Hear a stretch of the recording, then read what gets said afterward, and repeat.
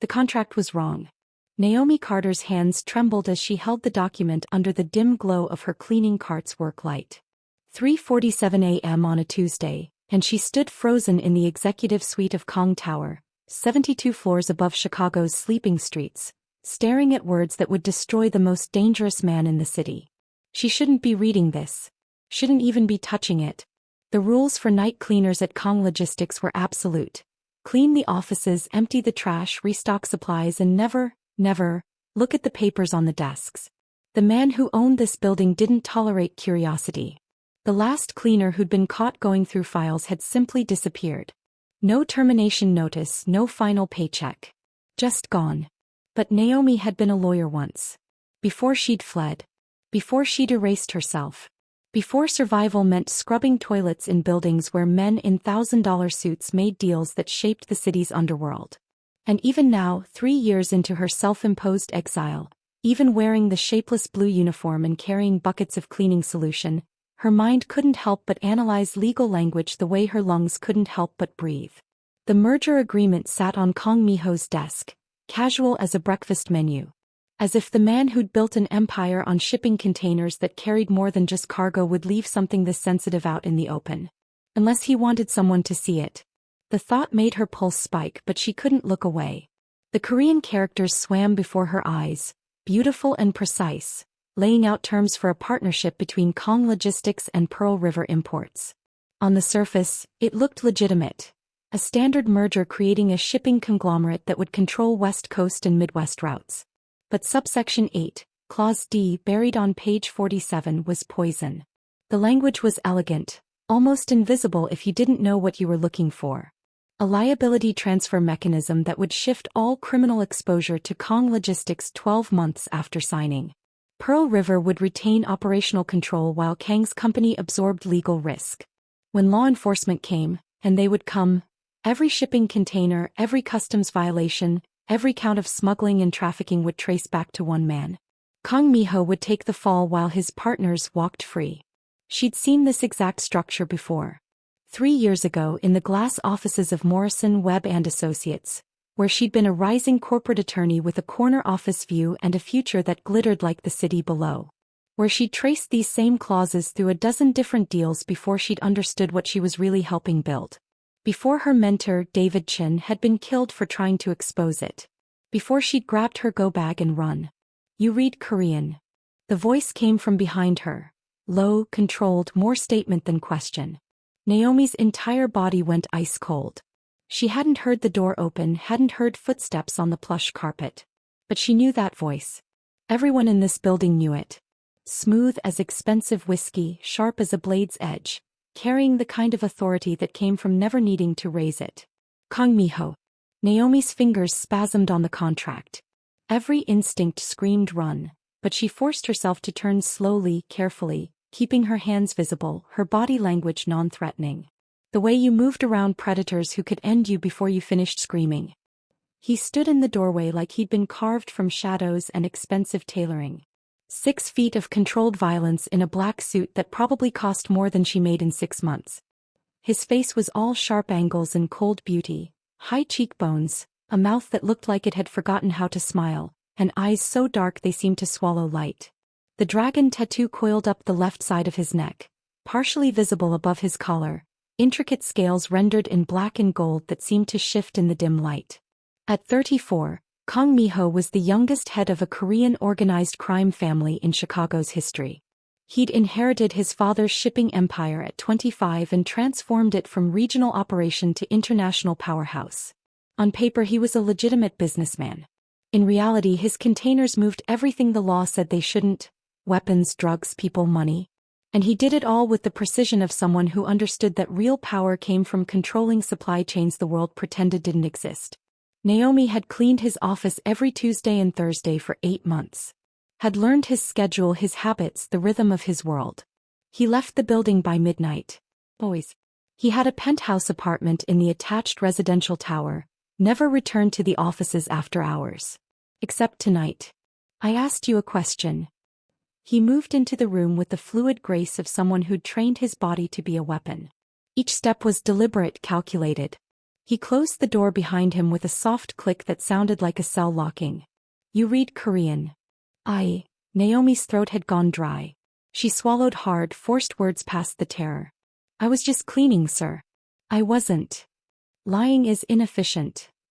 He stopped 10 feet away, close enough that she could see the gold flecks in his dark eyes, the slight scar above his left eyebrow. You're holding a 49-page merger agreement written entirely in Korean. You were on page 47. Your eyes were tracking left to right, top to bottom, comprehending. So I'll ask a third time, and if you lie again, this conversation ends very differently. He tilted his head slightly, studying her like she was a curious anomaly. You read Korean. How? The truth would end her. Would connect Naomi Carter, night cleaner, to Naomi Carter, corporate attorney. Would draw lines between her old life and this one. Would expose why she'd fled, who she'd fled from, what she knew. But something in his eyes told her a lie would end her faster. She stopped, recalibrated. I studied it. In law school. International contracts require. She cut herself off again, realizing too late she'd revealed more than intended. Kang Miho's expression didn't change, but something in the air shifted. Serpent. Law school. He said it slowly, tasting the words. Interesting. Most cleaning staff at Kang Logistics have GDs. Community college at most. But you... He moved closer and Naomi fought the urge to step back. You studied international contracts in law school, learned to read Korean well enough to comprehend complex legal language, and now you clean toilets in my building for $14 an hour. When he put it like that, her cover story crumbled like wet paper. What happened to you? It wasn't cruelty in his voice. Just cold curiosity. The way a scientist might ask about a specimen's origins before dissecting it. What kind of lawyer ends up scrubbing floors at 3 a.m.? The kind who wants to stay alive, Naomi whispered before she could stop herself. Silence crashed between them. His eyes narrowed fractionally, the only sign she'd surprised him. Who are you running from? The question landed like a physical blow. Because that was the thing about Kang Miho that made him truly dangerous. It wasn't the violence, wasn't the empire, wasn't the reputation. It was the intelligence. The way he could look at scattered pieces and see the whole picture before you'd even realized you'd left clues. Naomi's jaw locked. I don't know what you... Morrison, Webb and Associates. Her blood turned to ice. He pulled his phone from his pocket, tapped the screen twice and showed her the display. Her law school graduation photo stared back. Younger, polished, smiling with the naive confidence of someone who'd thought justice and law were the same thing. Beneath it, her name, Naomi Carter, JD, Corporate Law Track, Northwestern University, Class of 2019. Facial recognition software, he said conversationally, pocketing the phone. I run it on all my employees. Usually it's just checking for criminal records, outstanding warrants. Boring. But you... His lips curved into something that wasn't quite a smile. You pinged different databases. Law firm alumni networks. Bar association records. And most interesting, a missing persons report filed by Morrison Webb 3 years ago. They said I was missing?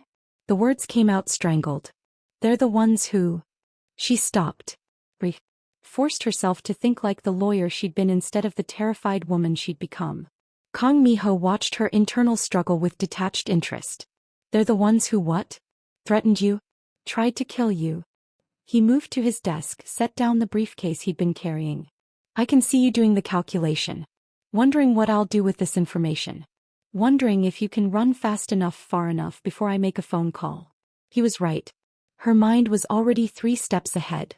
Grabbing her emergency cash from the locker downstairs, catching the first bus to anywhere, disappearing into another city under another name for the 4th time in 3 years. But you won't run. She looked at him sharply. Because you were reading that contract, he continued, gesturing to the document still in her hands. And the expression on your face when I walked in wasn't just fear. It was recognition. You've seen this structure before. He moved behind his desk, settled into his chair with the ease of a king claiming his throne. That merger agreement.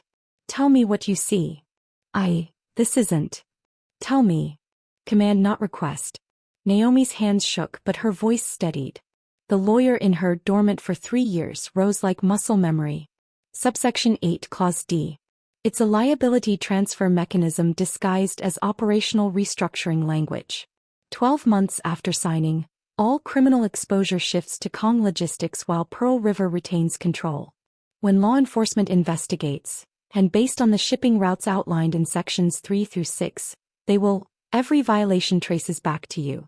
You take the fall. They stay clean. The silence that followed felt like standing on a razor's edge. You see that in 40 seconds of reading? His voice had gone very soft. Most of my legal team didn't catch it after 3 reviews. Your legal team isn't looking for it. The words came out before caution could stop them. They're looking for standard liability protection, intellectual property rights, revenue distribution. They're not, she stopped herself. Not what? Not looking for traps set by people who write these clauses for a living. Who know exactly how to hide criminal conspiracy inside legitimate business language. Kang Miho leaned back in his chair, steepled his fingers beneath his chin. And you know this because? Because Morrison Webb had written a dozen contracts just like this one. Because she'd helped draft them before she'd understood what they really were. Because her mentor had died trying to expose the pattern, and she'd barely escaped with her life. But she couldn't say any of that.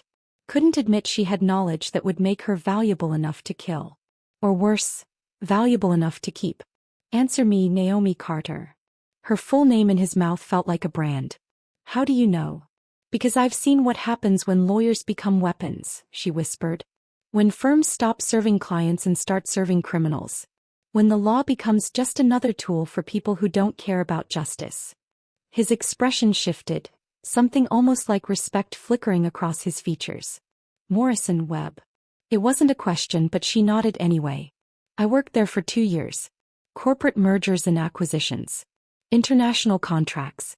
I thought I was building my career, building something legitimate. Her laugh was bitter. Then I started noticing patterns. Clients who paid in cash. Deals that never quite made sense. Liability structures that protected everyone except the people actually running the operations. And you investigated. My mentor did. David Chin. He'd been with the firm for 15 years, made senior partner, had access to archived files. He started pulling contracts from the last decade, mapping connections. She could still see him in his office at 2 a.m., walls covered in printouts and string, looking like a detective from a crime show. He found 37 contracts with the same buried clause structure. All different clients, different industries, but the same legal trap. Setting up fall guys while the real players stayed protected. What happened to him? Naomi's throat tightened. Car accident. Single vehicle collision on a clear night. He lost control on a straight road, went off a bridge into the river. They ruled it accidental. She met Kang Miho's eyes. He called me 6 hours before he died. Said he had proof. Said he was going to the FBI. Told me if anything happened to him I should run and never look back. But you stayed. For 3 days. Long enough to pack up his evidence before the firm could destroy it. Long enough to realize the senior partners knew he'd been investigating. Long enough to understand that if I didn't disappear, I'd have an accident too. Where's the evidence now? She'd walked right into that question. Had revealed too much, exposed herself completely.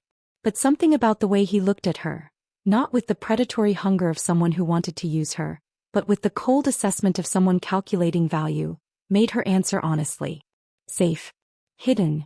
Insurance in case anyone from Morrison Webb ever finds me. Sensible.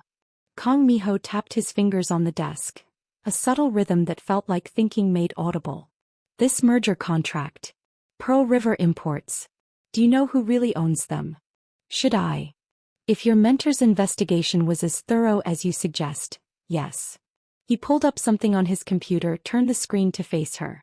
Pearl River Imports is a shell company, owned by Bright Future Holdings, which is owned by Dynasty Maritime Group, which is owned. Morrison Webb's Management Trust, Naomi finished, the pieces clicking together with sickening clarity. They're not just writing contracts for criminals. They're building the criminal enterprises themselves. Correct. And now they want to frame me for operations that are theirs. His voice held no emotion, but his eyes had gone cold as winter. They've been circling Kang Logistics for 2 years. Small approaches at first, partnership offers, joint ventures. I declined. So they escalated. This merger is their endgame. Get me to sign, wait 12 months.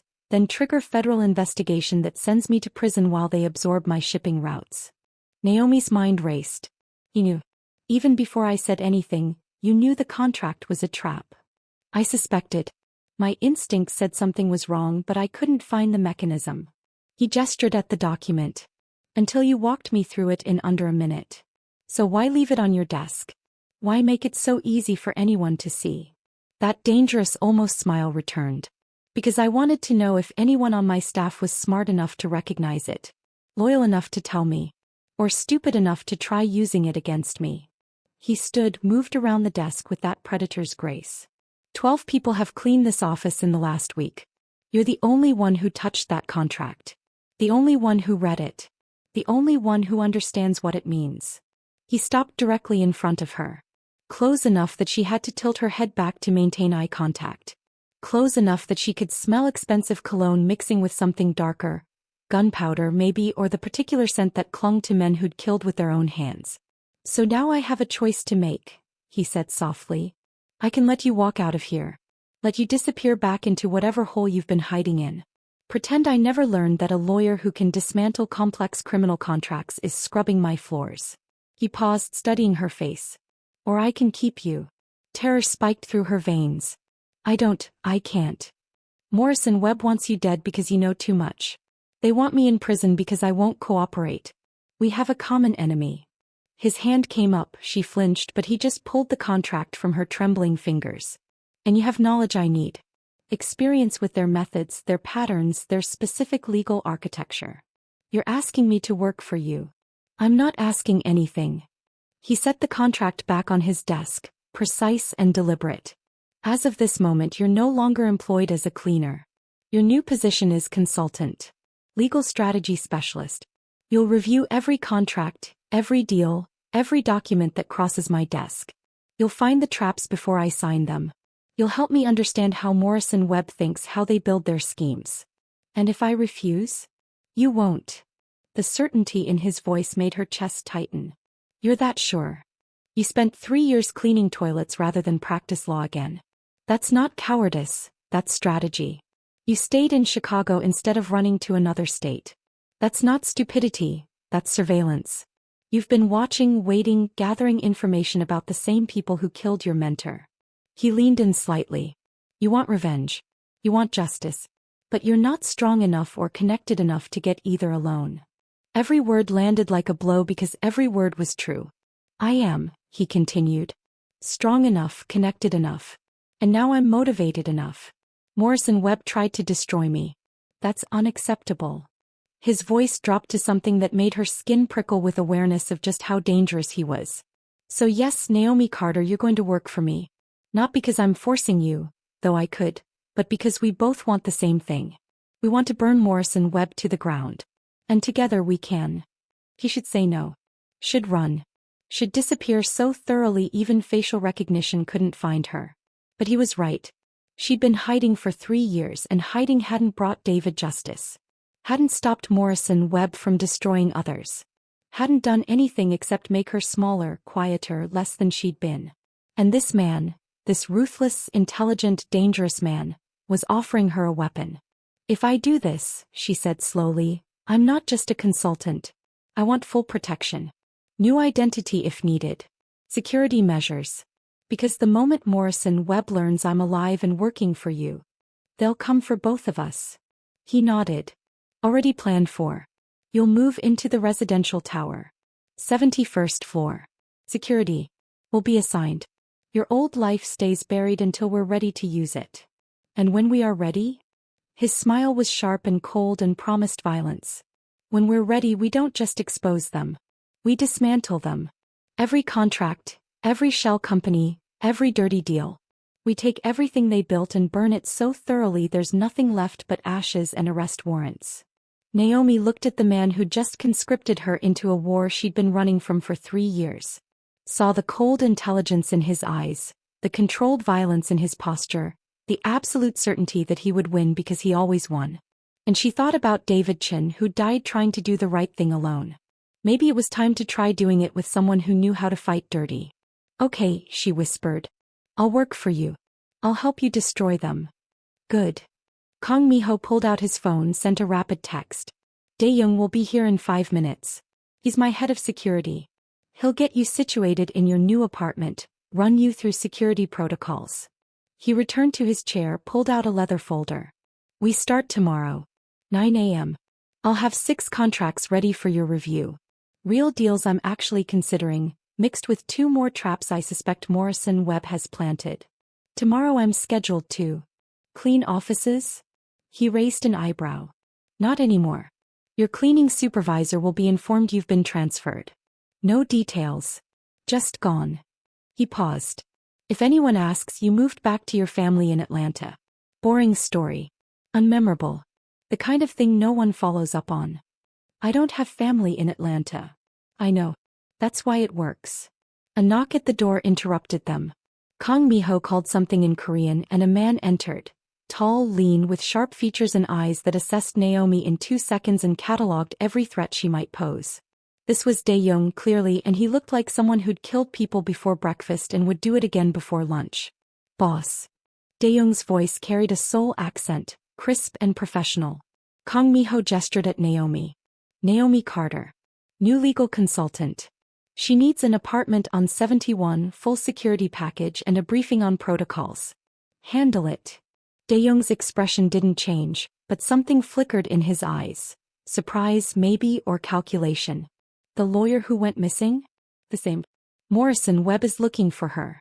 Make sure they don't find her. Understood. Dae-young switched his focus to Naomi. Miss Carter. Please come with me. Naomi looked back at Kang Miho one last time. He'd already turned his attention to his computer, dismissing her with the casual authority of someone who expected his orders to be followed without question.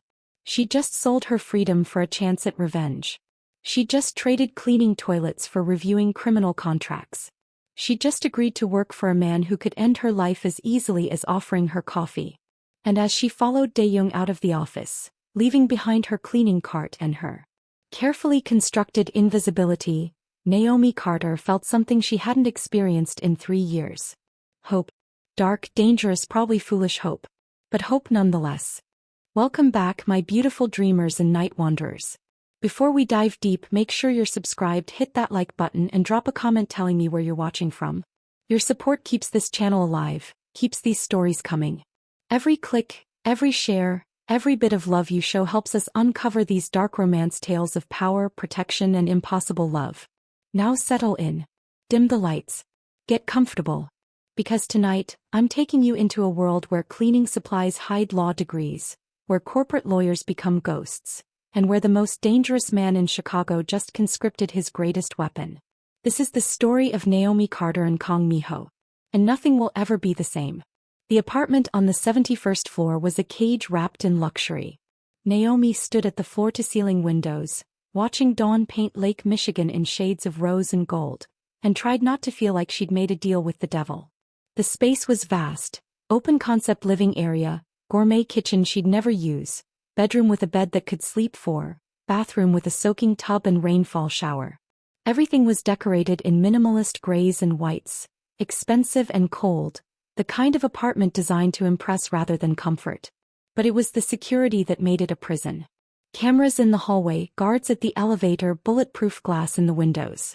Dae-young had been thorough in his briefing. She couldn't leave without escort, couldn't contact anyone from her old life, couldn't make any moves that might alert Morrison Webb to her location.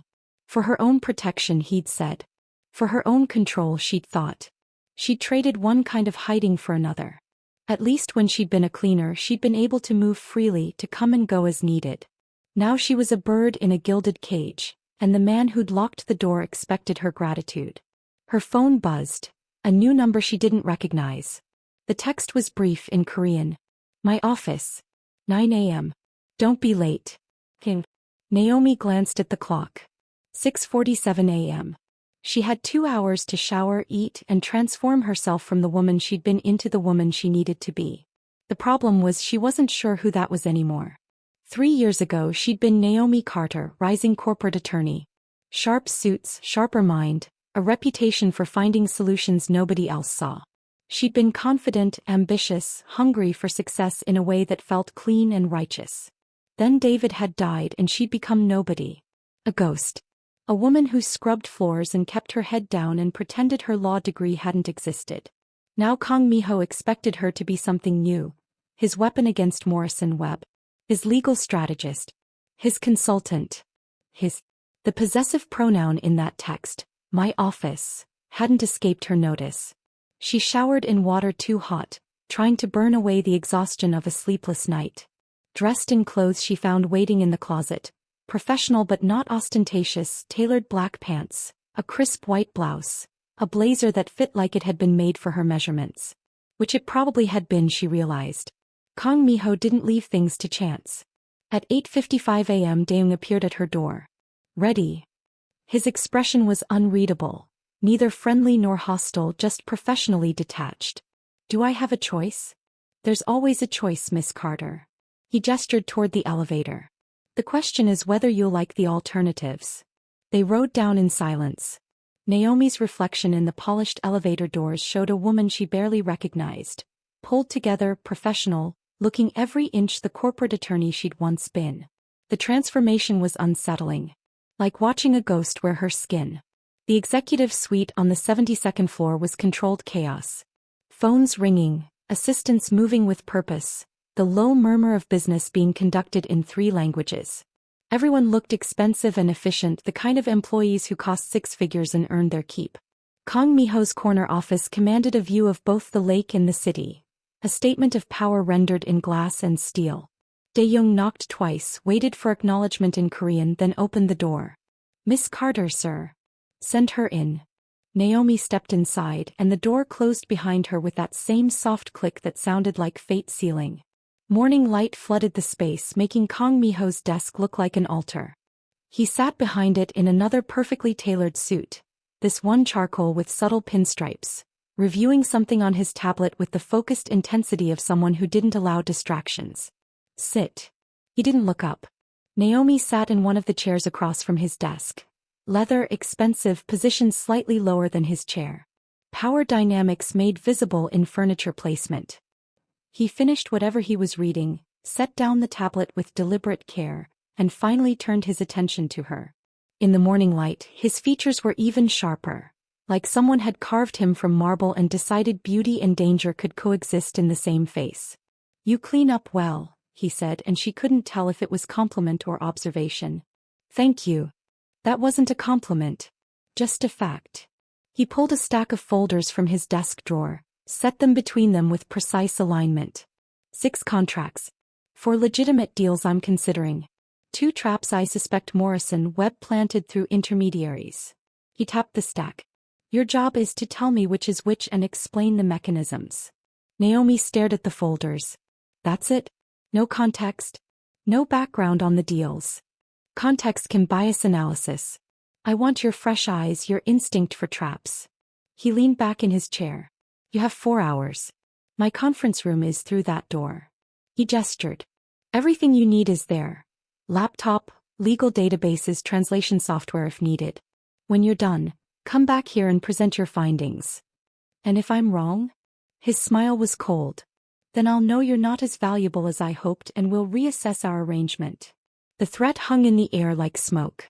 Naomi grabbed the folders, stood with as much dignity as she could muster, and walked to the conference room without looking back. The space was sleek and functional. Glass walls that could frost opaque at the touch of a button, a table that could seat 20 screens for presentations. She set the folders down, rolled up her sleeves and opened the first one. 2 hours in she'd found the first trap. The contract was for a joint venture with a Malaysian shipping company, looked clean on the surface, standard revenue sharing and operational control terms. But the dispute resolution clause required all conflicts to be arbitrated in Hong Kong under specific PRC maritime law statutes. The problem was subtle. Those particular statutes had been updated 3 months ago to include provisions that automatically transferred criminal liability to the party initiating arbitration. Anyone who tried to resolve a dispute would simultaneously accept responsibility for any illegal cargo discovered during proceedings. It was elegant. Vicious. Exactly Morrison Webb's style. She made notes, moved to the next contract. The second trap revealed itself in the insurance requirements. The deal mandated specific coverage through a particular Hong Kong underwriter, which seemed reasonable until she cross-referenced and discovered the underwriter was a shell company. Any insurance claim would require disclosure of all cargo manifests for the previous 12 months.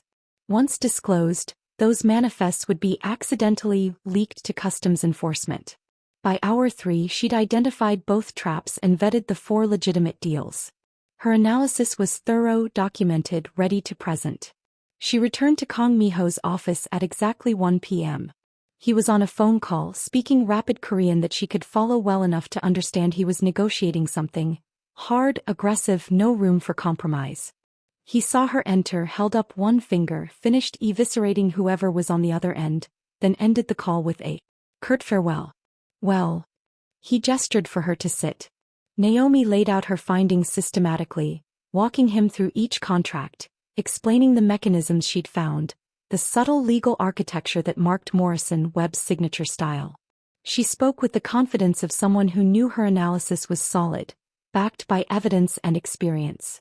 When she finished, Kang Miho was silent for a long moment. "You found them," he finally said. "Yes. In 3 hours. The patterns are distinctive once you know what to look for. My legal team spent 2 weeks on these contracts. None of them caught what you found." He stood, moved to the window, hands clasped behind his back. "Do you know what that tells me? That your legal team isn't trained to spot criminal traps," she thought. "That they're looking for standard liability protection, not elaborate schemes to destroy you. It tells me," he continued without waiting for her answer, "that I've been vulnerable for years. That every contract I've signed could have buried me and I never would have seen it coming." He turned to face her. "It tells me Morrison Webb has been playing a long game and I've been blind." "Not blind," Naomi said carefully. "You suspected the merger was wrong. Your instincts were sound. You just needed someone with specific experience to confirm it." Pretty words to soften brutal truth. But something in his tone suggested he appreciated the attempt. "Tomorrow I need you to review every major contract I've signed in the last 3 years. Every partnership, every joint venture, every acquisition. I want to know how many bombs are hidden in my empire." The scope of that request was staggering. "That could take weeks. Then you'll work weeks. I'll clear your schedule." "I don't have a schedule. I started this job 4 hours ago. Now you have a schedule. Contract review until you've cleared the backlog. After that you'll attend negotiations, advise on new deals, and help me understand how Morrison Webb thinks." He returned to his desk, pulled out a different folder. "But first I need to know exactly what evidence your mentor collected. Every detail. Every contract. Every connection he mapped." Naomi's hands clenched in her lap. "That information is your insurance." "I know." He slid the folder across to her. "That's the FBI's current investigation into Morrison Webb. What they know, what they suspect, what they're missing." She opened it with trembling hands. Found detailed surveillance reports, financial analysis, witness statements. It was comprehensive, thorough, and completely missing the legal architecture that made Morrison Webb's schemes work. "How did you get this?" "I have friends in useful places." Kang Miho's expression gave nothing away. "The FBI knows Morrison Webb is dirty. They suspect criminal conspiracy, money laundering, racketeering. But they can't prove it because they don't have the contracts, don't have the paper trail showing the pattern. And you want me to give them David's evidence?" "No. I want you to help me understand it first." He leaned forward. "If we hand this to the FBI now, Morrison Webb's partners will scatter, destroy evidence, disappear into offshore accounts. They'll sacrifice a few mid-level partners, claim ignorance, and rebuild somewhere else." His eyes were cold and certain. "That's not justice. That's inconvenience. What do you want?" "Total destruction. Every partner prosecuted. Every shell company exposed. Every dirty contract used as evidence in federal court." He smiled without warmth. "I want Morrison Webb burned to bedrock, salted earth, nothing left but cautionary tales." Naomi should have been terrified of the cold precision in his voice. Should have heard the ruthlessness and run. Instead she felt that dark hope bloom wider. Because this was someone who understood that half measures didn't work, that mercy toward monsters just gave them time to regroup. This was someone who wanted what she wanted, complete, uncompromising justice. David's evidence is in a storage unit, she said quietly. In Gary, Indiana. He kept it off-site, paid cash for 10 years in advance, listed the renter as someone who doesn't exist. Smart. Location. He gave him the address, the unit number, the combination. Watched him note it all down with the same careful precision he applied to everything. I'll send Dae-young to retrieve it tonight, he said. Once we have it here, you and I will go through every page together. Map the connections, understand the pattern, find the pressure points. He paused. This is going to take time. Weeks, maybe months. Morrison Webb didn't build this empire overnight. We won't dismantle it overnight either. I've already waited 3 years. Then a few more months won't matter. He stood, signaling the meeting was ending. One more thing. While you're here, while you're working for me, you don't hide. You don't make yourself small. You're not a cleaner anymore, Naomi Carter. You're my legal strategist and you'll act like it. She stood too, met his eyes. Meaning you'll attend meetings with me. Dinners, negotiations, social events where deals get made. You'll be visible, present, impossible to ignore. His gaze was intense. Morrison Webb thinks you're dead or too scared to surface. When they realize you're alive and working for their enemy, they'll panic. Panic makes people sloppy. Sloppy people make mistakes. They'll also try to kill me. Yes. That's why you'll have protection. He moved closer, close enough that she had to tilt her head back to maintain eye contact. But understand this. I'm not keeping you safe out of kindness. I'm protecting my asset, my advantage over an enemy who tried to destroy me. You're valuable to me alive and working. Dead, you're just another casualty. The brutal honesty should have stung. Instead, Naomi found it almost refreshing. No pretty lies about caring for her well-being, no false promises of protection for her sake. Just clear transactional relationship. She provided value, he provided security. Good, she said, voice steady. I'd rather know where I stand than be lied to. Something flickered across his face. Respect, maybe, or simply acknowledgement that she understood the game they were playing. Go, he said. Rest. Tomorrow we start dismantling an empire. Naomi left his office with her head high, her spine straight, no longer the invisible woman who'd scrubbed his floors. She was stepping into something dangerous and impossible and probably going to get her killed. But for the first time in 3 years she felt alive. The evidence arrived at midnight. Naomi stood in Kang Miho's private office. Not the public one on 72, but the real one on 73, accessed by private elevator and protected by security that made Fort Knox look casual. Dae-young had brought her up an hour ago with a terse, "Boss wants you here." Now she watched as 2 men unpacked boxes from the Gary storage unit, setting them on the conference table with careful precision. 15 boxes total. 3 years of David Chen's investigation, preserved in manila folders and flash drives and photographs pinned to boards he'd assembled before he died. Kang Miho stood at the table, hands in his pockets, watching the unpacking with that intense focus he brought to everything. He'd shed his suit jacket, rolled up his sleeves, and in the harsh fluorescent light of the secure room, he looked less like a corporate executive and more like what he really was. A man who'd built power from violence and wasn't ashamed of it. "Leave us," he said in Korean when the last box was opened. The men disappeared. Dae-young paused at the door. "Boss, it's late. Miss Carter should." "She stays." The door closed. Locked. And suddenly the room felt very small despite its size. Naomi moved to the table, her hands trembling as she touched the first file. David's handwriting covered the tab. Morrison Webb Shell Company's 2018 to 2020. She could smell the faint scent of his cologne still clinging to the papers, could see the coffee stains from late nights in his office, could feel the ghost of him standing beside her. He was thorough, Kang Miho said quietly, opening a different box. "This is months of work. Years maybe. 15 months. Naomi whispered. From the first contract that seemed wrong until the night he died. He worked every weekend, every late night. He knew it would get him killed, but he couldn't stop. Her voice cracked. He said some truths were worth dying for. Kang Miho was silent for a moment. Then, he was right. They worked through the night. Naomi walked him through David's methodology, how he'd started with one suspicious contract and traced it backward through shell companies and offshore accounts. How he'd mapped connections between seemingly unrelated deals, how he discovered that Morrison Webb wasn't just serving criminals, They were creating the criminal enterprises themselves. Here. She spread out a network diagram David had created. This is the core structure. Morrison Webb creates a shell company, finds a legitimate business owner who needs capital, offers a partnership that looks generous.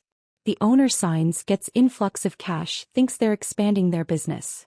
But the contract has traps, Kang Miho said, following the arrows David had drawn. Multiple traps. Liability transfers, dispute resolution clauses that expose them to prosecution, insurance requirements that force disclosure. Within 12 to 18 months, law enforcement investigates. The business owner takes the fall for crimes they didn't commit, doesn't even understand how they happened.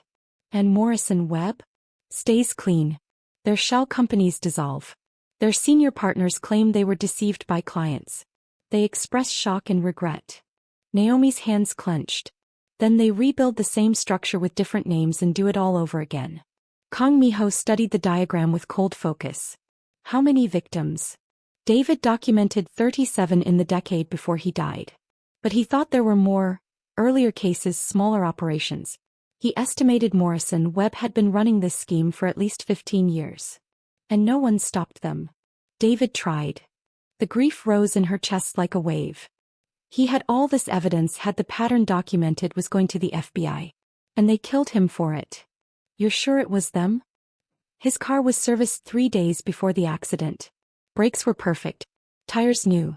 No mechanical issues. She pulled out a police report from the box. The crash investigation found brake line failure. Sudden, catastrophic, exactly the kind of thing that happens when someone cuts the line and waits for highway speeds to finish the job. Kang Miho took the report, read it with a lawyer's attention to detail. This says accidental. Because the investigator was paid off. David had documentation of that too. She found another file. Detective Marcus Sullivan, CPD. Took early retirement 6 months after David died. Bought a condo in Florida, paid cash. Previous salary couldn't have saved that much. Thorough man, your mentor. He taught me everything that mattered.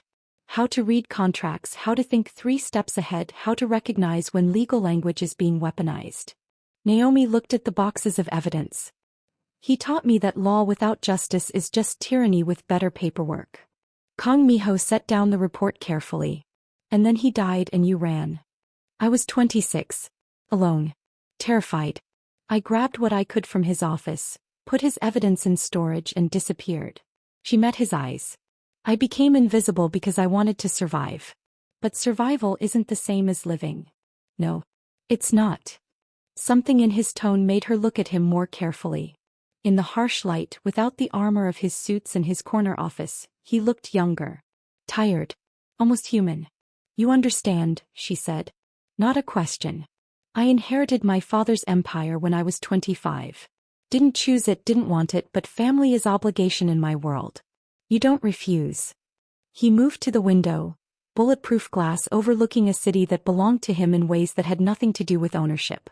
My father built Kang Logistics on blood and fear. Taught me that power comes from making people more afraid of you than their enemies. That mercy is weakness.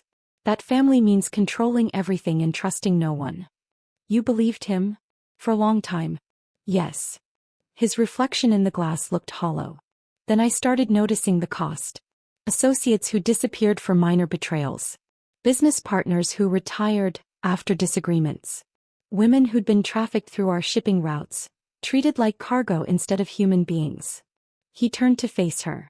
My father said it was necessary. Said you can't build an empire without breaking people. I wanted to believe there was another way. Is there? I don't know yet. That's what I'm trying to figure out. He moved back to the table, started sorting files into categories. Morrison Webb thinks I'm like my father. Ruthless, predictable, easily manipulated. They think they can trap me the same way they trapped 37 others. But you're not like your father. No. I'm worse in some ways. More careful, more strategic, harder to predict. But I'm also trying to be better. To build something that doesn't require innocent people bleeding. His eyes met hers. That's why this evidence matters. If we can destroy Morrison Webb, prove their pattern, expose everyone they've worked with, maybe we prove that empires don't have to be built on corpses. Naomi felt something shift in her chest. This man, This dangerous, complicated man wasn't just looking for revenge. He was looking for redemption. For proof that the violence he'd inherited could be transformed into something that actually protected people instead of destroying them. "We need more than evidence," she said quietly. "We need witnesses. People who'll testify. The 37 victims. If they're alive, they'll talk. If they're not too scared or too broken or too bought off." Kang Miho pulled out his phone, sent a rapid text. "Dae-young will start locating them tomorrow. We'll approach carefully, offer protection, make it clear they're not alone this time. Morrison Webb will notice. They'll know someone's digging into their past victims. Good. Let them notice." His smile was cold. "Let them panic. Let them make mistakes trying to cover tracks that we've already documented." A knock at the door interrupted them. Dae-young entered at Kang Miho's command, his expression grim. "We have a problem, boss." "Explain." "Morrison Webb just filed a missing persons case with the FBI. Claims Naomi Carter was last seen 3 years ago, suspected victim of foul play, asking for federal resources to investigate her disappearance." Dae-young glanced at Naomi. "They're making noise. Public noise. News outlets are picking it up." Naomi's blood went cold. "They're trying to flush me out. Make it public so if I surface it looks suspicious. Like I was hiding voluntarily instead of running from them." "Exactly." Kang Miho's jaw tightened. "Smart. If you stay hidden you can't testify. If you surface they control the narrative, paint you as unstable, unreliable, someone who abandoned her career and went into hiding for paranoid reasons. So what do? You surface. But on our terms, not theirs." He turned to Dae-young. "Contact our media relations team. I want a press conference scheduled for tomorrow afternoon. Chicago, public venue, heavy security." "What are you doing?" Naomi asked. "Calling their bluff. You're going to appear publicly, alive and well, working as my legal consultant. We'll explain that you've been in protective custody for 3 years, afraid for your life after witnessing criminal activity at your former firm. We'll say you're cooperating with federal investigations.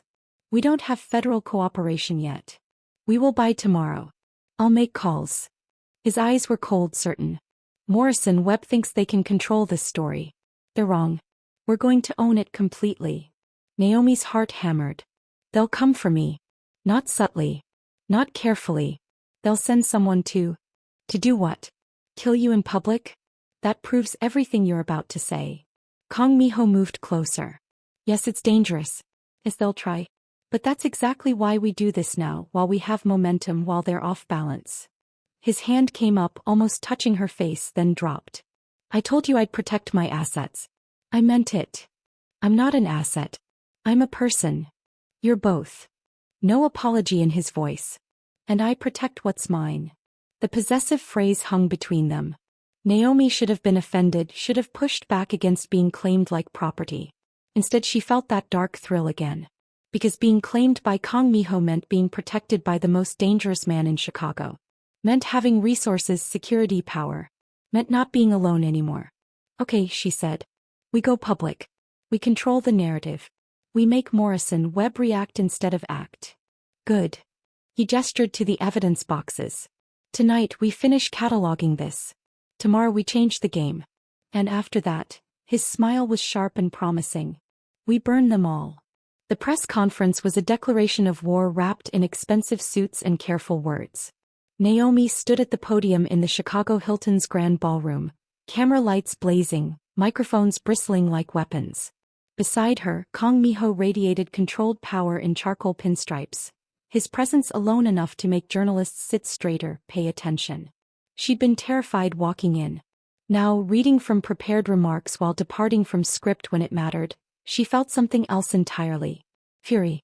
3 years ago, I witnessed criminal activity at Morrison Webb and Associates, she said, her voice steady despite the trembling in her hands. Senior partners were using the firm's resources to create fraudulent contracts, to build criminal enterprises, to systematically destroy small business owners who trusted them. When my mentor David Chin attempted to report this activity, he died in what was ruled an accident.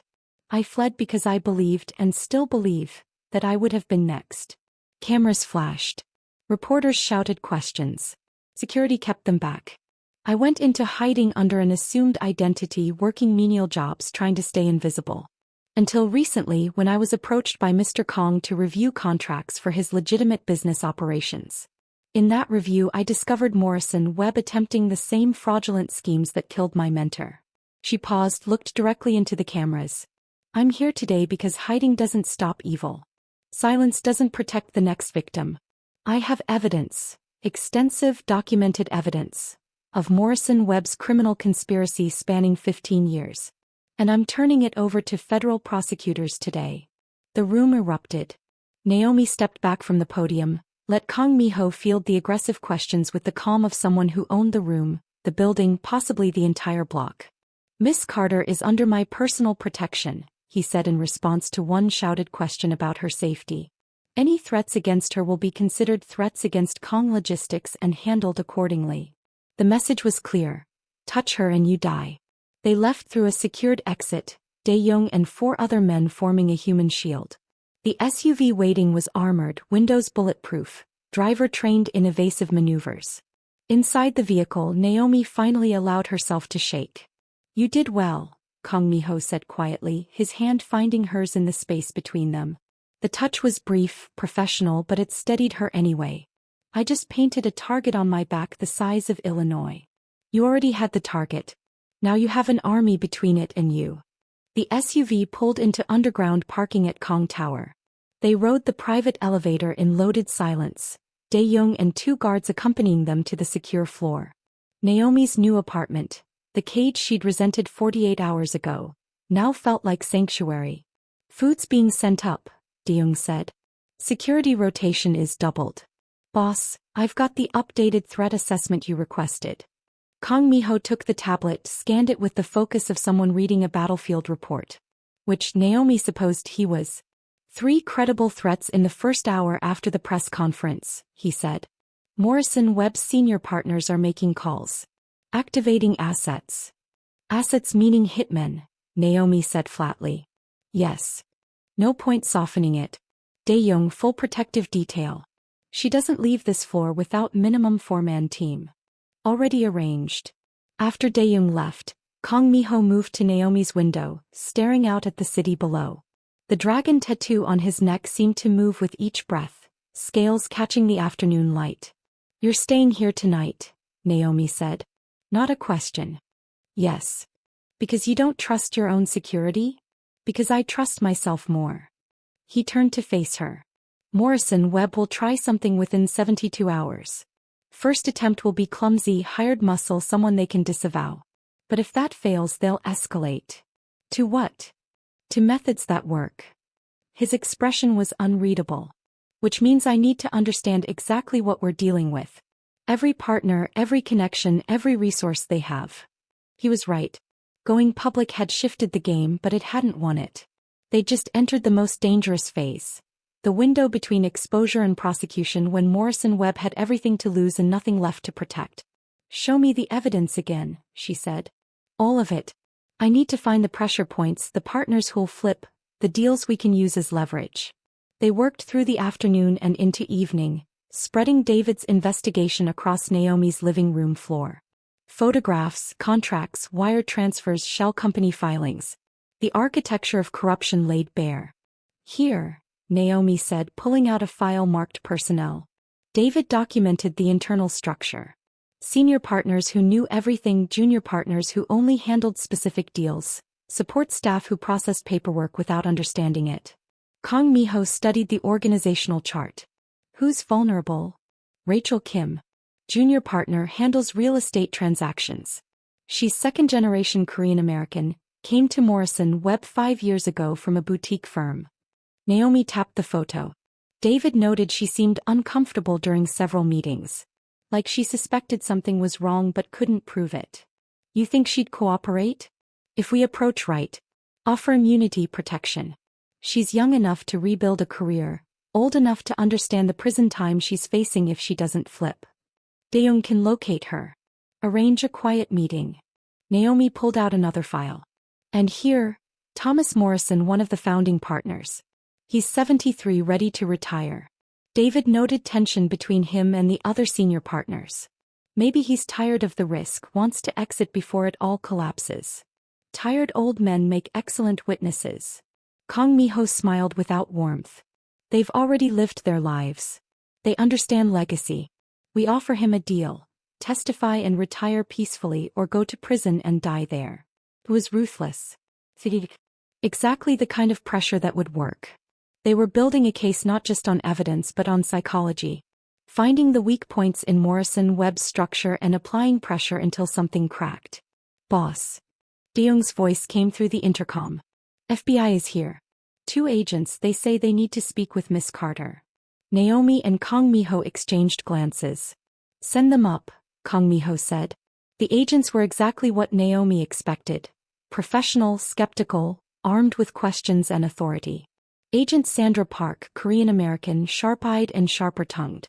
Agent Michael Torres, late 40s, carrying himself with the weariness of someone who'd seen every variation of human corruption. Miss Carter.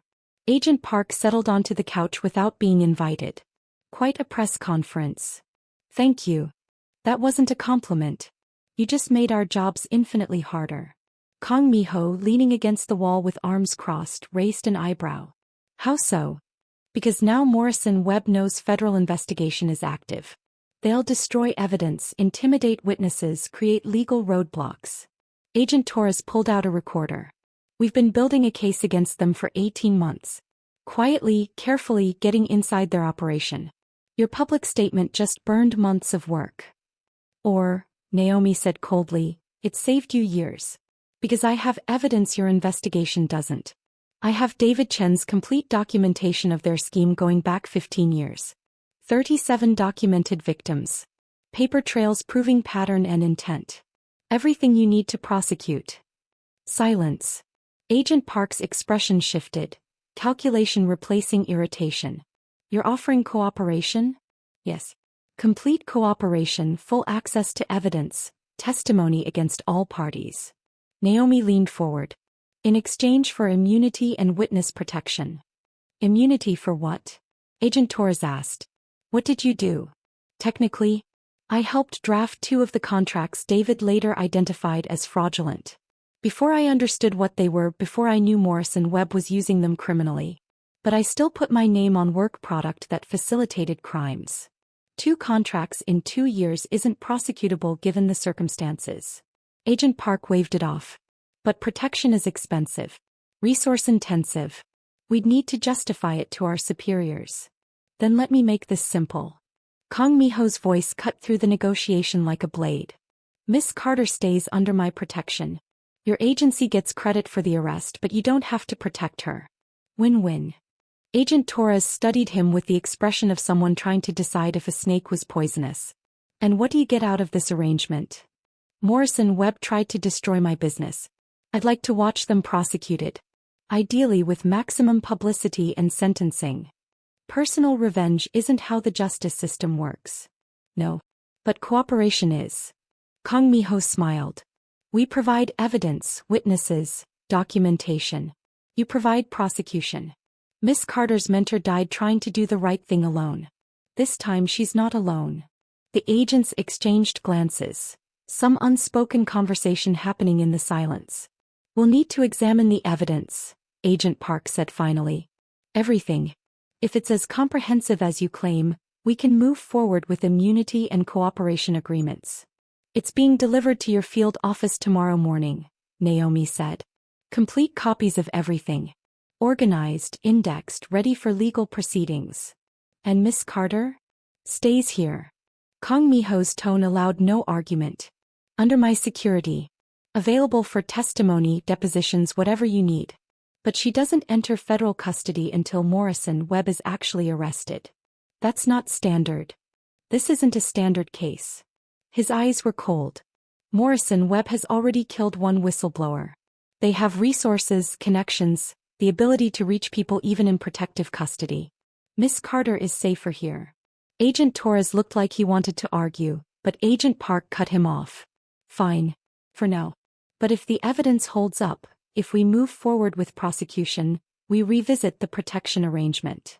After the agents left, Naomi slumped against the couch, exhaustion finally catching up. That went better than expected, she said. They're desperate. 18 months of investigation with nothing actionable. We just handed them a complete case. Kang Miho moved to the kitchen, returned with whiskey and 2 glasses. They'll review the evidence, realize it's solid and move fast. Morrison Webb will be arrested within a week. If they don't destroy evidence first. If witnesses don't disappear. If... Naomi. He sat beside her, close enough that his shoulder brushed hers. We've done everything possible. Documented, protected, exposed. Now we wait for the system to function. The system killed David. The system failed David, he corrected quietly. As he was alone. You're not. She turned to look at him, really look at him in the dim light of her apartment. This man who'd conscripted her, protected her, transformed her from invisible cleaner to dangerous witness. Who looked at her like she was valuable. Not just as a weapon but as a person worth keeping alive. Why? She asked. Why do you care this much? I told you. Morrison Webb tried to. No. Not them. Me. You could have just used the evidence, kept me locked up here as insurance. But you're treating me like... She trailed off, unsure how to finish. Like what? Like I matter. Beyond strategic value. Kang Miho was quiet for a long moment. Then, my father taught me people are tools. Use them, break them, replace them. He built an empire on that philosophy. His hand found hers on the couch between them. I don't want to build that kind of empire anymore. I want to build something where people matter. Where protecting someone isn't just about preserving an asset. You're saying I matter to you? I'm saying... He stopped, something shifting in his expression. Vulnerability breaking through that controlled exterior. I'm saying that somewhere between you challenging me about that first contract and standing at a podium today risking everything, yes. You started to matter. Naomi's breath caught. This dangerous man, this ruthless criminal, was admitting something that felt more intimate than anything else that had happened between them. I'm scared, she whispered. Of Morrison Webb? Of this. Of you. Of what happens when this is over and you don't need me anymore. His hand tightened on hers. I'll always need someone who looks at me and sees a person instead of a weapon. Who speaks truth even when it's dangerous. Who's brave enough to challenge monsters. His eyes held hers. That's rare. Valuable. Worth protecting for reasons that have nothing to do with contracts or evidence. The distance between them closed like gravity. When he kissed her, it was soft, questioning, giving her room to pull away. She didn't pull away. Instead, she leaned in, let herself fall into the impossible thing blooming between them.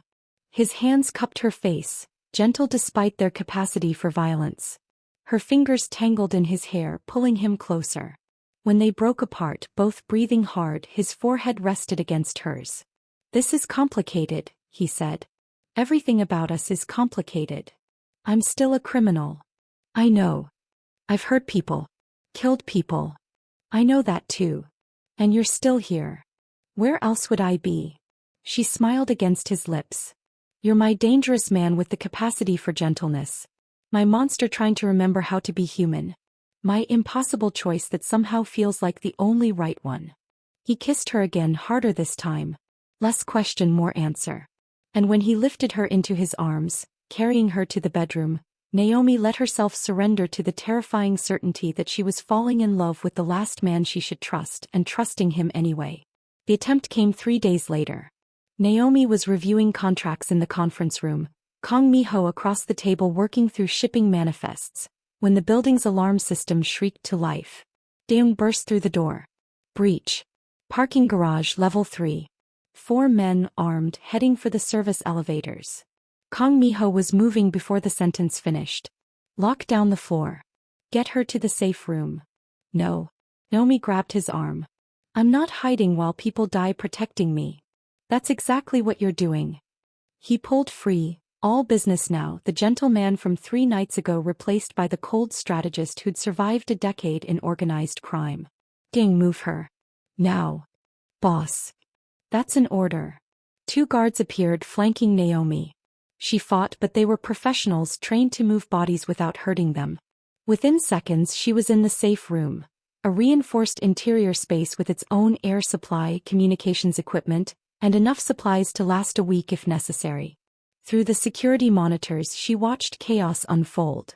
The 4 intruders were professional, military-trained, coordinated, moving with the efficiency of men who'd done this before.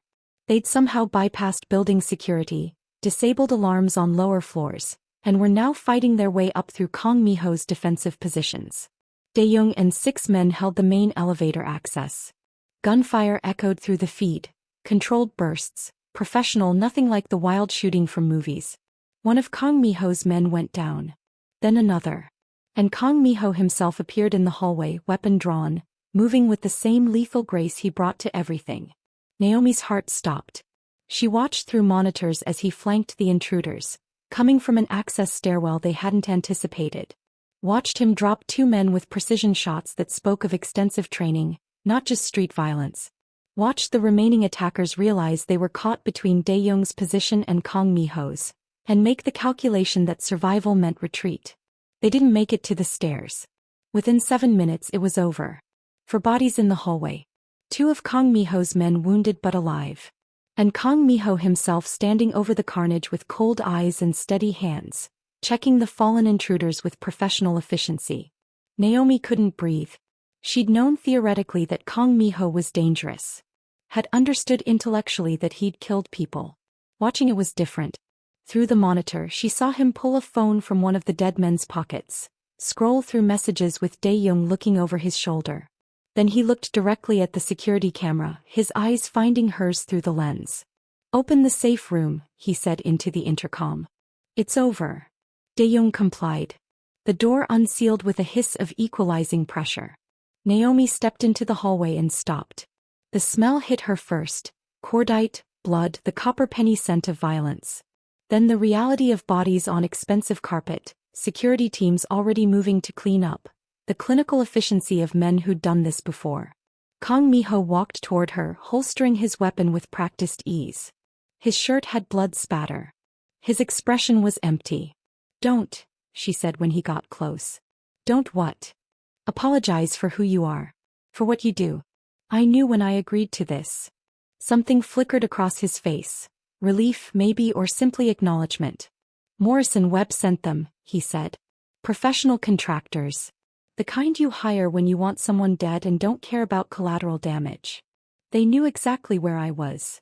"Yes." He gestured to the bodies being removed. "Which means we have a leak. Someone in my organization told Morrison Webb your location, your security details, your patterns." The betrayal sat heavy between them. Naomi looked at Dae-young at the other guards, wondering which one had sold her out. "I'll find them," Kang Miho said quietly. "Tonight. Before they can report that this attempt failed. And then they die. No hesitation. No apology. Betrayal in my world has one punishment." Naomi should have been horrified. Should have argued for mercy, for legal proceedings, for anything other than summary execution. But these men, whoever had betrayed them, had just tried to have her killed. Had given Morrison Webb the information needed to send professional killers into a building full of innocent people. "Do what you have to do," she said. Kang Miho studied her face, looking for something. Whatever he saw made him nod once, sharp and final. "Thing. Full interrogation protocols. Every person who had access to Miss Carter's location and schedule. I want names by morning." "Understood, boss." After the bodies were removed, after the hallway was cleaned, after the wounded were transported to a private medical facility that didn't ask questions, Kang Miho finally let himself stop moving. He stood at the window in Naomi's apartment, still wearing the blood-spattered shirt, looking out at the city like it held answers. Naomi approached slowly. "You saved my life. I protected my investment." "No." She turned him to face her. "Don't hide behind that. You saved my life because I matter to you. Because somewhere in all this strategy and calculation you started to care." His jaw tightened. "Caring makes you weak. Or it makes you human. In my world, human gets you killed. Then change your world." She stepped closer, close enough to feel the tension radiating from his body. "Build something better. With me. Naomi. I watched you kill 4 men today. Watched you move through that hallway like death incarnate. And I'm still here." Her hands found his chest, felt his heart hammering beneath her palms. "Because I know that man with the gun is the same man who holds me at night. Who kisses me like I'm precious. who's trying so hard to be better than what he was raised to be. Kang Miho's hands came up to cover hers. They'll keep coming. Morrison Webb won't stop until you're dead. Then we stop them first. With evidence, with prosecution, with everything we've built. She held his gaze. Together. Because I'm not running anymore and you're not facing this alone. He pulled her into his arms, held her with an intensity that felt like drowning and surfacing simultaneously. When he finally spoke, his voice was rough with emotion. If anything happened to you, if they succeeded. They didn't. They won't. She pulled back enough to kiss him. Because I have you. And you have an army. And between us we're going to end this. Later that night, wrapped in sheets and each other, Naomi's phone buzzed with a message from Agent Park. Evidence confirmed. Warrants being prepared. Arrests begin Monday. Stay safe. 3 days until Morrison Webb fell. 3 days to survive. The warehouse district at midnight was all shadows and silence. Naomi stood beside Kang Miho in the back of an armored SUV, watching through tinted windows as FBI agents prepared to execute warrants on Morrison Webb's senior partners. You didn't have to bring me, she said. Yes, I did. His hand found hers in the darkness. You deserved to watch them fall. Daeung sat in the front seat monitoring communications. Teams are in position. Simultaneous entry in 3 minutes. The past 72 hours had been brutal. Kang Miho had found the traitor, a mid-level security officer who'd been feeding information to Morrison Webb for 6 months, promised immunity and a new identity if he cooperated in eliminating the problem witness. The man had died screaming in a soundproof room beneath Kang Tower. Naomi hadn't asked for details. Hadn't wanted to know. Some things were better left to the ruthless man who protected her, kept separate from the gentle one who loved her. Because that's what this was, she'd realized. Love. Complicated, dangerous, built on blood and evidence and impossible circumstances. But real nonetheless. 30 seconds, Daeung reported. Through the windshield, Naomi could see agents moving into position around 3 separate locations. The Morrison Webb offices downtown, Thomas Morrison's mansion in Highland Park, and a warehouse where evidence suggested additional files were stored. 10 seconds. Kang Miho's hand tightened on hers. Then simultaneously doors crashed open. Agents flooded in, weapons drawn, voices shouting commands. The radio crackled with rapid reports. Morrison secured. No resistance. Webb attempting to flee. Pursued and detained. Warehouse secure. Evidence recovered. 15 minutes. That's all it took to dismantle an empire that had destroyed 37 lives over 15 years. Naomi watched Thomas Morrison being led out in handcuffs, looking small and old and broken. Watched Rachel Kim emerge behind the agents, having already cut her deal, already cooperating. Watched the beginning of justice, real and imperfect, and finally arriving. It's done, Kang Miho said quietly. Not yet. She pulled out her phone, dialed Agent Park. I need to be there when you arrest James Webb. The senior partner. The one who ordered David Chin killed. Silence on the line. Then, are you sure? Yes. We're bringing him to the federal building in 20 minutes. You can wait there. The federal building's holding area was stark and cold. Naomi stood behind one-way glass, watching as they brought James Webb in, still in his expensive suit, still carrying that arrogant confidence that money and power had made untouchable.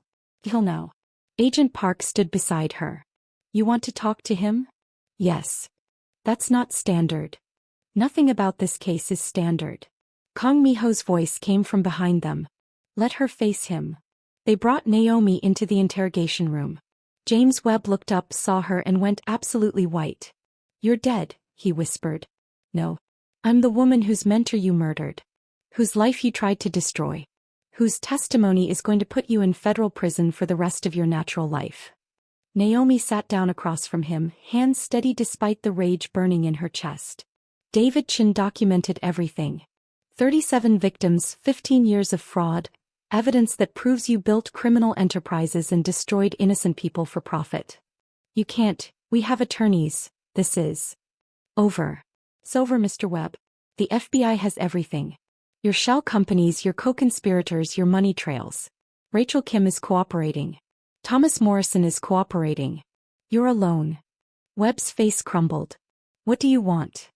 I want you to understand that David didn't die for nothing. That every person you destroyed matters. That justice, real justice, finally caught up. She stood. And I want you to spend every day in prison knowing that the woman you tried to kill is the reason you're there. She walked out without looking back. Kang Miho waited in the hallway. Pulled her into his arms, held her while she shook with the aftermath of 3 years of fear and fury finally released. It's over, he whispered into her hair. Really over. Yes. She pulled back, looked into his eyes. What happens now? Now. His smile was soft, genuine, the one he only showed her. Now we figure out who we are when we're not fighting for survival. 6 months later, Naomi stood in a courtroom watching the sentencing. James Webb, 45 years federal prison. Thomas Morrison, 30 years reduced for cooperation. 3 other senior partners. Sentences ranging from 15 to 25 years. Morrison, Webb and Associates. Dissolved, all assets seized, funds distributed to victims as restitution. David Chen's name. Cleared publicly, recognized as the whistleblower who'd started the investigation that brought down a criminal enterprise. Naomi walked out of the courthouse into Chicago sunshine, where Kang Miho waited beside a car that was expensive but not armored, driven by Dae-young who'd become something like a friend. How does it feel? Kang Miho asked. Like I can finally breathe. They drove to a cemetery in Oak Park. To David Chen's grave, where Naomi laid flowers and whispered gratitude for everything he'd taught her, everything he'd sacrificed, the legacy he'd left that finally meant something. He'd be proud, Kang Miho said quietly. I hope so. That evening, in the penthouse that had transformed from cage to home, they stood at the windows watching the city light up. I've been thinking, Kang Miho said. Dangerous activity for you. His smile was genuine. Funny. But seriously. About what comes next. For us. For Kang Logistics. I'm restructuring. Completely legitimate operations. No more containers carrying anything questionable. No more deals that require lawyers like you to spot the traps. He turned to face her. I'm going to build the empire I should have inherited. Clean, profitable, something I can actually be proud of. That's a lot of change. I have motivation. His hands found her waist, pulled her close. A brilliant legal consultant who won't let me cut corners.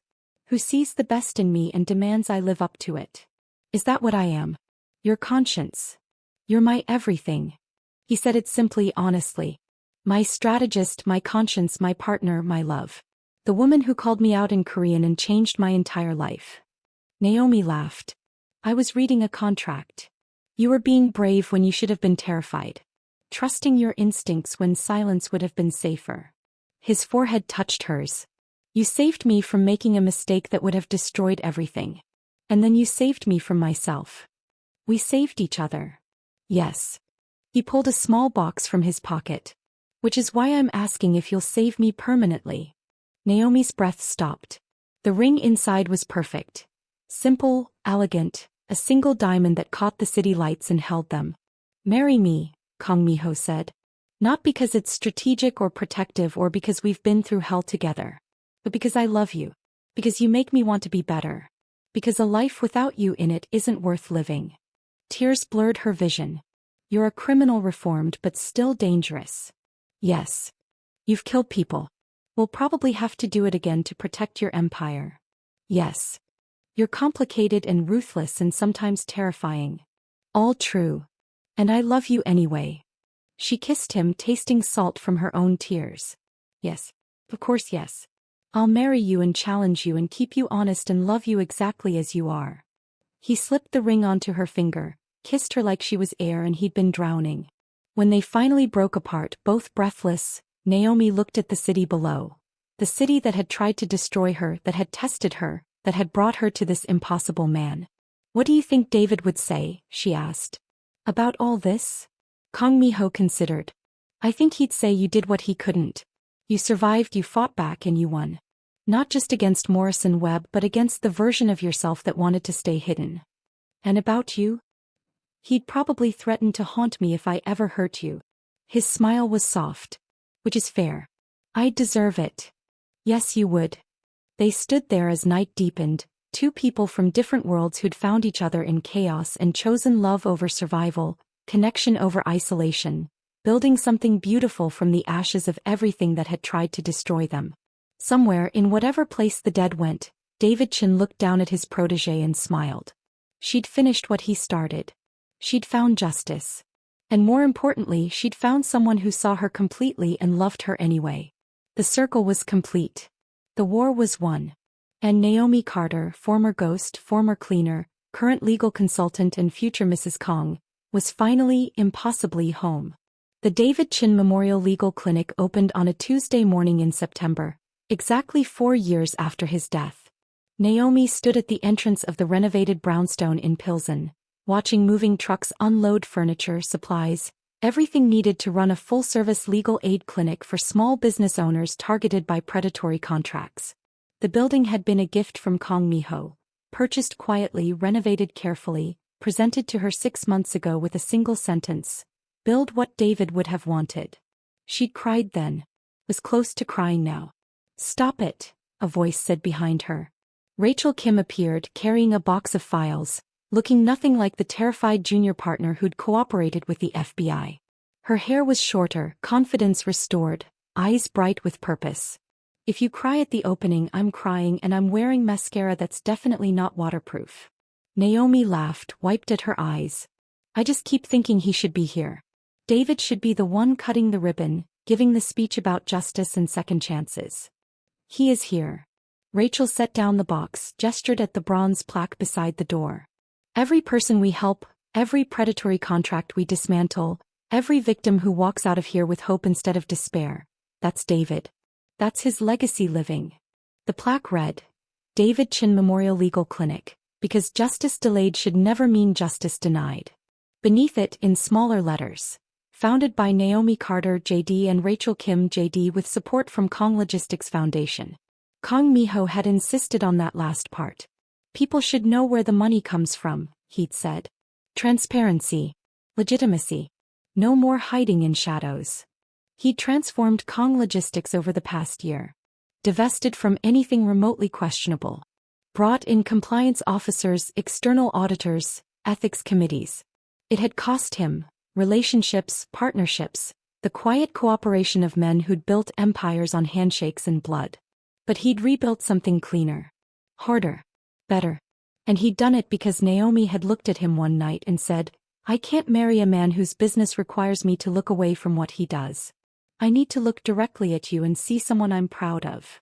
So he changed. Not overnight, not easily, but thoroughly. The wedding had been small, just 30 people in a private ceremony at the Art Institute. Dae-young as best man, looking uncomfortable in his tuxedo but standing proud. Rachel as maid of honor, still amazed that the woman she'd betrayed her old firm to protect had become her closest friend. Agent Park had attended off-duty, bringing her wife and a bottle of expensive champagne. And the 17 women David had saved, the ones still alive, still in Chicago, had come too. Sitting in the front row, bearing witness to the fact that the daughter of the man who'd rescued them had found her own rescue, her own salvation in the most unlikely place. Naomi's mother hadn't been invited. Some wounds were too deep, some betrayals too complete. She'd sent a card anyway. A generic congratulations with no personal message, no acknowledgement of the years of silence. Naomi had thrown it away unopened. Blood didn't make family. Choice did. Miss Carter. A young woman appeared at the clinic door, early 20s, nervous, clutching a folder. I'm sorry, I know you're not officially open yet, but I saw the sign and I didn't know where else to go. Naomi exchanged a glance with Rachel, then gestured inside. Come in. Tell us what's happening. The woman's name was Sophia Martinez. She owned a small catering business her grandmother had started 40 years ago. 6 months ago, she'd signed a partnership agreement with a commercial kitchen that promised expansion, new equipment, access to corporate clients. But now they're saying I violated terms, Sophia said, her voice shaking. They want to take the business. Everything my abuela built. And the contract, I don't understand it, but my lawyer says they're right, that I signed away ownership without realizing it. Naomi took the contract, scanned it with the practiced eye of someone who'd seen every variation of legal trap. Found the poison in subsection 12, clause F. A liability transfer mechanism disguised as insurance requirement. Your lawyer is wrong, Naomi said quietly. This contract is fraudulent. The clause they're using to claim ownership was inserted after you signed. See here. She pointed. Different font size, slightly different paper weight. This page was replaced. Sophia's eyes widened. How did you? Nobody else saw that. Because I've spent years learning how criminals weaponize contracts. How they hide traps in language that looks legitimate. Naomi set the document down carefully. But more importantly, I know how to fight back. How to prove fraud, void contracts, protect people like you. I can't afford. This clinic operates on sliding scale. If you can pay, you pay what you can. If you can't, we still help. Rachel pulled out intake forms. Because justice shouldn't be reserved for people who can afford $600 an hour attorneys. Sophia started crying. Relief, gratitude, the overwhelming weight of crisis finally finding solution. And Naomi felt something settle in her chest. Purpose. The reason she'd survived 3 years of hiding, survived Morrison Webb's attempts to kill her, survived the trial and the testimony and the nightmares. This. Helping people like Sophia. Being the person David had been for 17 terrified women in shipping containers. After Sophia left with a clear plan and renewed hope, Rachel turned to Naomi with a knowing smile. You're glowing. I'm satisfied. There's a difference. No, you're definitely glowing. Like pregnant glowing. Naomi's hand went instinctively to her stomach. She'd taken the test 3 days ago. Hadn't told Kang Miho yet. Was waiting for the right moment, the right words. How did you? Please. You've been drinking ginger tea for a week. You left a prenatal vitamin bottle on your desk yesterday. And you have that look. Rachel hugged her. Congratulations. Does he know? Not yet. Tell him soon. That man deserves to know he's going to be a father. That evening, Naomi returned to the penthouse that had transformed from cage to sanctuary to home. Kang Miho was in the kitchen. Another change from the man who'd once lived on takeout and whiskey. He'd learned to cook over the past year, taught by a Korean grandmother he'd hired specifically to show him recipes from Busan, his family's ancestral home. How was the clinic opening? He asked, stirring something that smelled like heaven. Perfect. Terrifying. We already have our first client. Of course you do. He turned, pulled her into his arms, kissed her with the casual intimacy of people who'd earned the right to each other. Tell me about them. She did, explaining Sophia's case while he finished cooking, plated food, poured wine for himself and water for her. Noticing, always noticing. You're not drinking, he observed. No. You've been drinking water for 3 days. Ginger tea.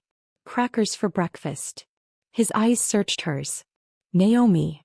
She pulled the pregnancy test from her bag, set it on the counter between them. Kang Miho stared at it like it was written in a language he'd forgotten how to read. 2 pink lines. Unmistakable. You're, he couldn't finish the sentence. Pregnant. Yes. About 8 weeks. She watched emotions cascade across his face. Shock, joy, terror, something that looked like wonder. I know we didn't plan this. I know we're still figuring out how to be married, how to build a life together. But. He kissed her.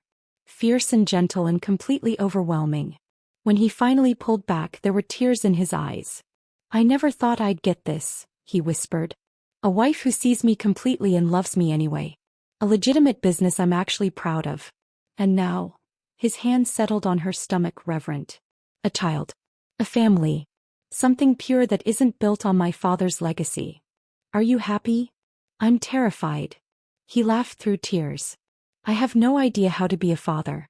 How to raise a child in a world I've spent 34 years navigating through violence and strategy. Then we learned together. We build something different for them. Naomi covered his hand with hers. We make sure our child grows up knowing that power can protect instead of destroy. That their father chose to be better than what he was raised to be. What if I fail? What if I can't? You won't fail. Because you're the man who dismantled his own empire to build something clean. Who protected me when you could have used me. Who learned to cook Korean food because you wanted to connect with heritage that mattered. She kissed him softly. You're going to be an amazing father. That night, wrapped in sheets and each other, Kang Miho whispered plans in Korean and English. A nursery in the penthouse. Security measures that protected without imprisoning. Schools, nannies, the logistics of raising a child when both parents work demanding jobs. We'll make it work, Naomi said. We've survived worse than parenting. Have we though? His smile was soft in the darkness. This feels more terrifying than Morrison Webb. More permanent than any empire. Good terrifying or bad terrifying? The best terrifying. The kind that means something matters more than survival. The little girl had her mother's eyes and her father's stubborn chin. Naomi watched 3-year-old Michelle Kang toddle across the clinic's waiting room, her black curls bouncing, her dress, expensive but practical, courtesy of Dae-young's wife who'd become the world's most devoted honorary aunt, already dirty from the playground that morning. Mama. Michelle held up a drawing. Dragon. That's beautiful, baby. Naomi accepted the crayon masterpiece. Abstract representation of the tattoo on her father's neck that Michelle was obsessed with. Show Auntie Rachel. Rachel appeared from her office, scooped Michelle up with practiced ease. Is this for me? I love it. Let's put it on the wall with the others. The clinic had expanded. 3 attorneys now, plus 2 paralegals and an investigator. They'd helped 217 clients in 3 years. Voided 43 predatory contracts. Saved 19 businesses from fraudulent takeovers. And they'd trained 15 young attorneys in the specific art of spotting legal traps. David's legacy multiplying, spreading, protecting people across Chicago and beyond. Naomi's phone buzzed. Kang Mi-ho's text was brief. Office. 20 minutes. Bring Michelle. Surprise. She smiled. Her husband had become the kind of father who surprised his daughter regularly.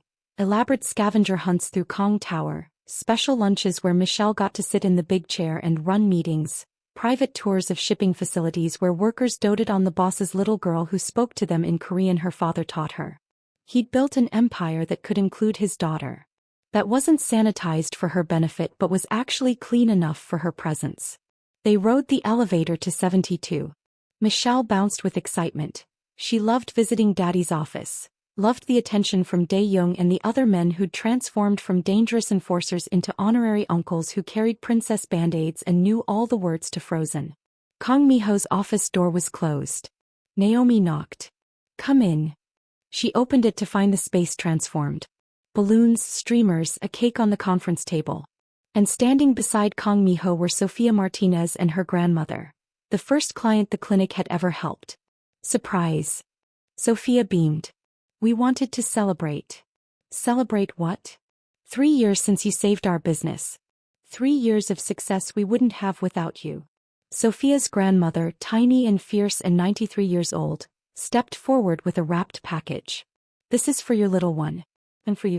Gratitude for giving my Sophia a future. Inside was a handmade blanket.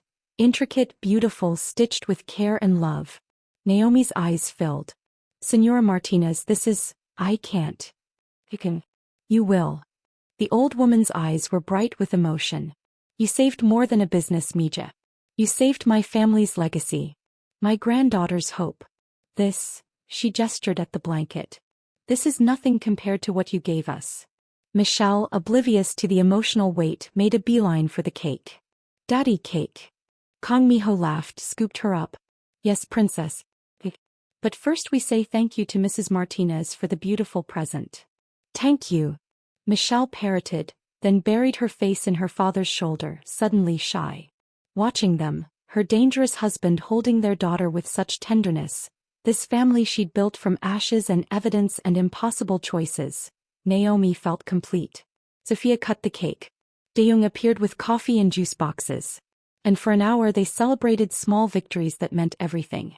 After Sophia and her grandmother left, after Michelle was deposited with Dae-young for a super important meeting about dinosaur toys, Naomi found herself alone with Kang Mi-ho in his office.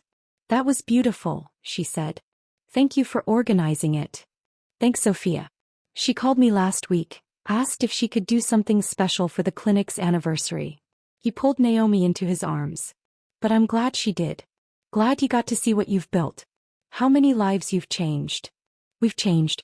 You fund the clinic. I write checks. You do the actual work. His hand cupped her face. You're the one who looks at people like Sophia and sees them. Really sees them, the way you saw me that first night when you could have stayed quiet and safe. I saw a contract designed to destroy you. You saw me worth saving. He kissed her forehead. That's the gift you give everyone. You make people feel like they matter. Like their lives, their businesses, their struggles are worth fighting for.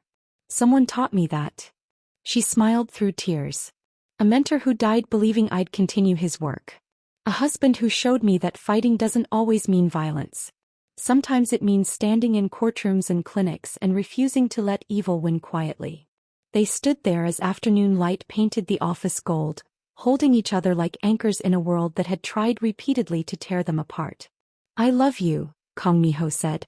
More than I thought possible. More than I knew how to before you. I love you too. My dangerous man who learned to be gentle. My monster who chose to be human. I'm still dangerous. Still make decisions that would horrify most people. I know. And I don't need you to be perfect. I need you to be you, complicated, ruthless when necessary, gentle when possible, always trying to be better than yesterday. He pulled back to look at her. You know what David would say if he could see us now? What? That you didn't just survive. You built something that matters. You turned your pain into purpose, your fear into fierce protection of others. Kang Miho's eyes were bright. He'd be so proud of who you became. Naomi thought about David Chin. Brilliant, kind, doomed by his own courage. Thought about the letter he'd left, the evidence he'd preserved, the legacy he'd entrusted to her without knowing if she'd be brave enough to carry it. I hope so, she whispered. I really hope so. That night, after Michelle was asleep in her princess bed, after the penthouse was quiet and the city glowed below them, Naomi and Kang Miho returned to the window where so much of their story had unfolded. Do you ever regret it? She asked. Giving up the empire you inherited? The power that came from fear. Every day. His honesty was refreshing. I miss the certainty. Miss knowing exactly who I was, what I did, how the world worked. But then I come home to you and Michelle. See the clinic helping people. Watch my company succeed without requiring anyone to bleed for it. He pulled her closer. And I realize I don't miss it enough to go back. I like who I'm becoming more than who I was. Who are you becoming? Still figuring that out. Husband, definitely. Father, learning. Legitimate businessman, surprisingly good at it. Man who sleeps through the night without nightmares. He paused. Getting there. Naomi turned in his arms, looked up at the face she'd memorized, loved, chosen every single day for 4 years. You know what we are? What? Proof that people can change. That love can bloom in impossible circumstances. That monsters who choose to be better actually can be. Heavy responsibility. We're up to it. She kissed him, tasting home and future and the promise of years ahead. Besides, we have Sophia watching. Michelle growing. David's legacy spreading. We don't get to fail. Then we won't. His arms tightened. Together we don't fail. And standing there 71 floors above a city that had tried to kill her and almost succeeded, Naomi Carter, former lawyer, former ghost, current clinic founder and wife and mother, felt the last pieces of her broken self finally, impossibly heal. David had died trying to do the right thing alone. She'd survived by learning to trust the most dangerous man in Chicago to help her do it together. And now they were building something that would outlast them both. A legacy of protection, of transformed power, of love that refused to bow to the darkness that had tried to consume them. The circle was complete. The war was won. And home finally was exactly where she stood. Thank you, my beautiful dreamers, for walking this journey with Naomi and Kang Miho. For believing that even in the darkest circumstances, love can bloom. That people can change. That justice, though delayed, can still arrive. If this story touched your heart, share it with someone who needs to hear that survival is just the beginning. That thriving, building, loving despite impossible odds is possible. Until our next dark romance, stay fierce, stay hopeful, and remember, sometimes the person who saves you is the last one you'd expect. And sometimes that's exactly perfect.